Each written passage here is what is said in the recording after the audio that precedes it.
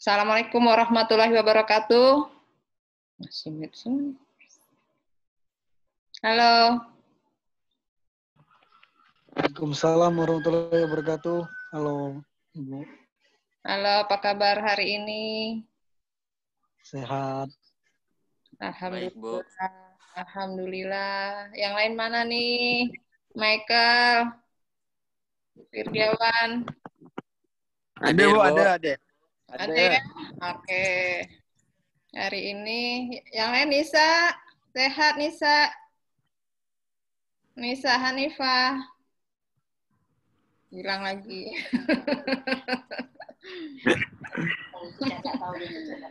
Ira.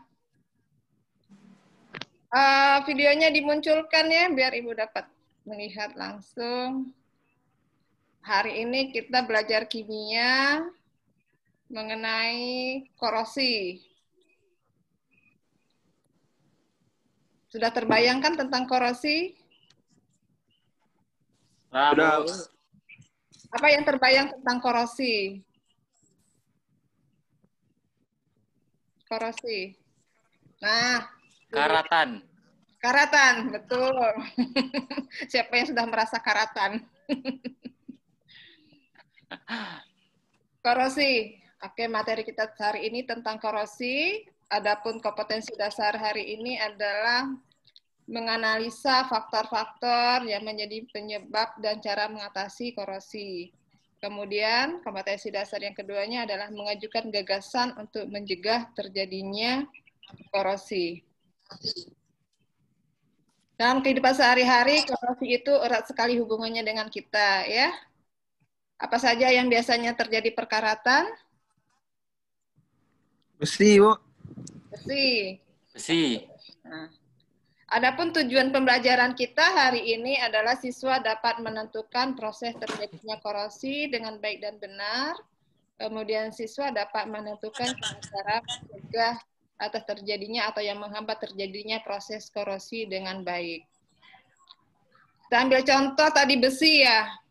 Yang dekat sekali dihubunginya dengan kita adalah paku. Tahu paku kan? Tahu, Bu. Nah, paku. Nah, lihat di layar itu di swe Ibu situ ada paku. Ada paku yang sebelum berkarat, kemudian ada paku yang berkarat. Sudah. Tahu ya paku ya? Tahu, Bu. Paku dari apa? Dari besi. Dari besi. Oke. Nah, sekarang kita tonton dulu peristiwa korosi.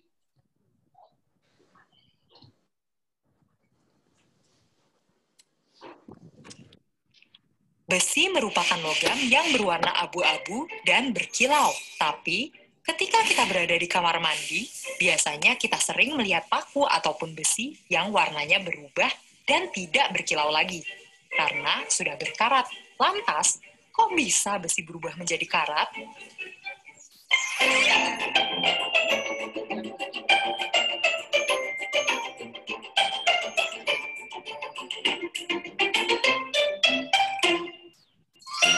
Besi yang berkarat merupakan salah satu contoh dari reaksi reduksi oksidasi yang biasa disebut redoks.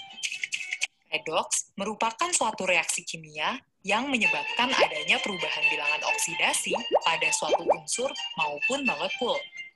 Selain itu, reaksi ini juga ditandai dengan penambahan atau pengurangan oksigen dalam suatu molekul. Perubahan ini nantinya dapat mengubah sifat ataupun bentuk dari zat tersebut. Reaksi redoks sendiri merupakan reaksi yang terjadi akibat adanya reaksi reduksi dan oksidasi. Reaksi oksidasi merupakan reaksi kimia yang menyebabkan bertambahnya bilangan oksidasi atau biloks, bertambahnya oksigen, maupun berkurangnya hidrogen dalam suatu senyawa. Sedangkan reaksi reduksi merupakan reaksi kimia yang menyebabkan berkurangnya biloks, hilangnya oksigen, maupun adanya penambahan hidrogen dari senyawa tersebut. Pada awalnya, besi merupakan suatu unsur. Namun, ketika bertemu oksigen dan air, maka besi akan bereaksi sehingga menghasilkan senyawa baru yang kita sebut dengan karat. Di dalam senyawa karat, terdapat unsur oksigen yang bergabung dengan unsur besi. sehingga karat biasanya ditulis dengan rumus kimia, yaitu Fe2O3 yang berwarna merah. Sekarang kita sudah mengetahui bahwa besi yang berkarat mengalami proses reaksi kimia, yaitu redoks, ketika bereaksi dengan oksigen dan air, sehingga besi tersebut berubah menjadi karat.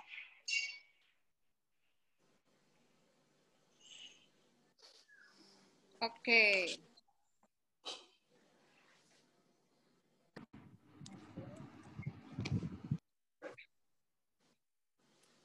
Pembelajaran. Jadi sudah kalau sebelum pembelajaran, setelah Bapak Ibu melakukan assessment, Bapak dan Ibu rencanakan. Oke. Tadi sudah kita lihat bersama-sama proses terjadinya perkaratan, bahwa perkaratan itu terjadi akibat adanya pemicu. Yang pertama tadi adalah paku, ya. Ya, Paku, Bu. kemudian adanya air. Air bisa juga air dalam bentuk wujudnya cair, bisa juga dia dalam bentuk gas atau uap air. Kemudian tidak hanya itu saja, adanya uap air itu dipicu lagi oleh adanya O2. Dengan O2 kemudian dia terjadilah yang namanya korosi atau biasa dalam kehidupan sehari-hari kita sebut dengan karat. Besinya terjadi perkaratan. Nah, bagaimana supaya besi tadi tidak terjadi perkaratan atau tidak mengalami korosi? Maka kita bisa mencegah korosi tersebut dengan 4 cara. Ini yang minimalis saja yang mudah kita lakukan dalam kehidupan sehari-hari. Yang pertama kita bisa melakukan pengecatan. Contoh pengecatan besi yang kita cat di rumah, misalnya di mana? Pagar rumah. Pagar rumah, betul.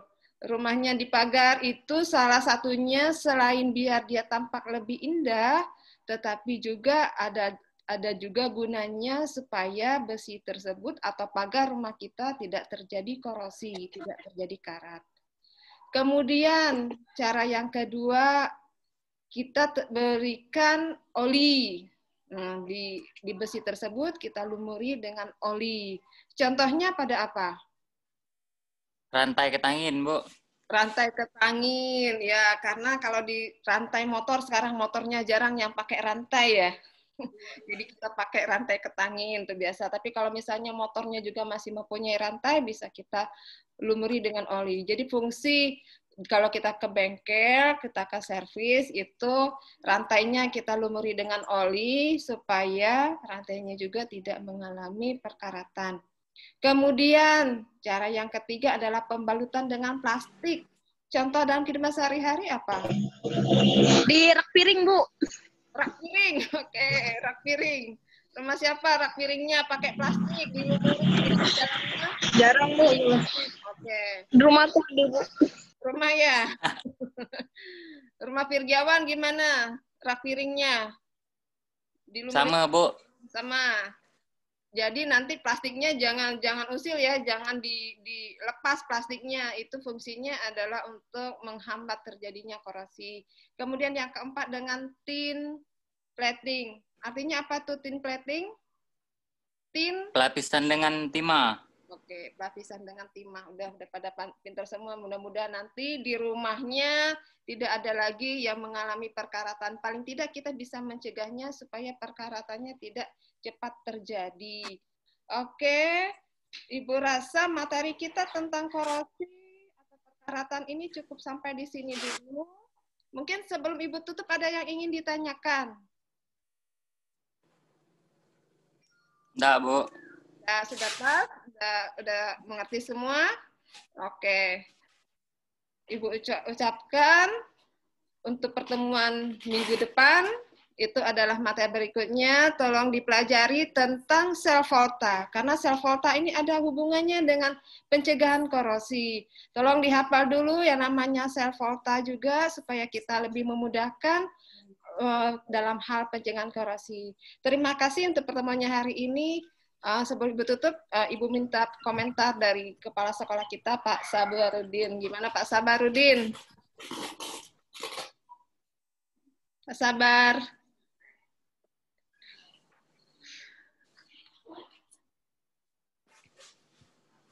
Pak Sabar.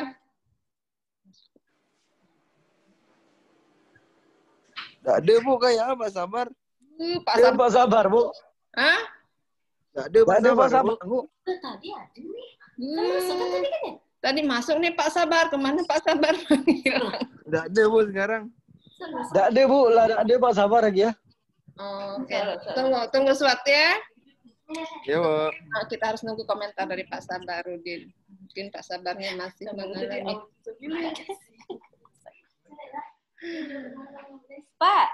Pak Ikam tuh keluar dari Zoom teh.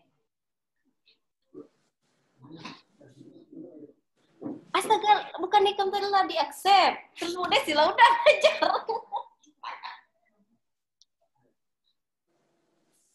Itu kata belum minta komentar, pas kami lihat Bu Ikam udah ada nih di sini.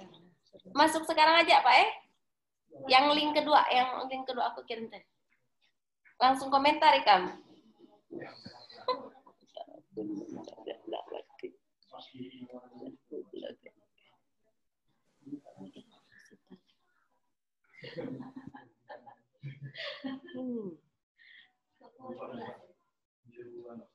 Nah, sekarang tadi kan kamu lihat.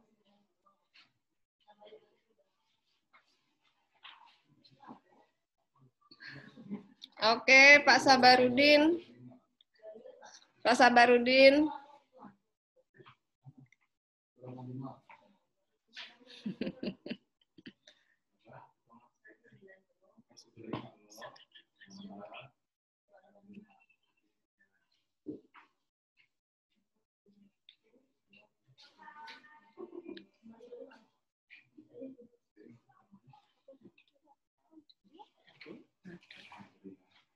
Oke, Pak Sabarudin. Kami tunggu komentar dari Pak Sabarudin. Materi kita hari ini tentang korosi atau perkaratan besi. Pak Sabarudin.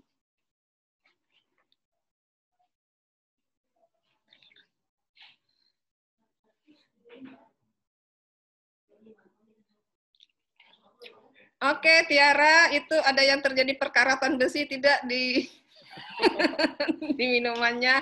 Jangan pakai besi ya, karena di situ ada air, ada udara, itu akan memicu terjadinya perkaratan.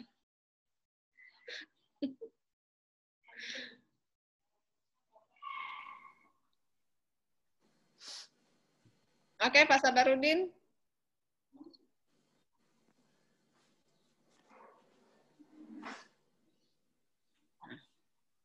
Gimana Pak Sabarudin? Kami tunggu komentarnya sekarang.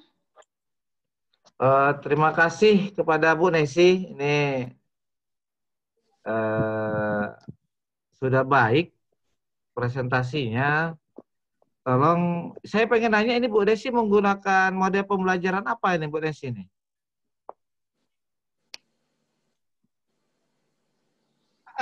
Karena kita pakai jarak jauh, kita pakai ceramah saja Pak. Sedikit-sedikit ada diskusi dengan anak-anak. Hanya jawab saja dengan anak-anak. Yang jelas kita ceramah saja dulu Pak, nggak bisa dengan yang lain.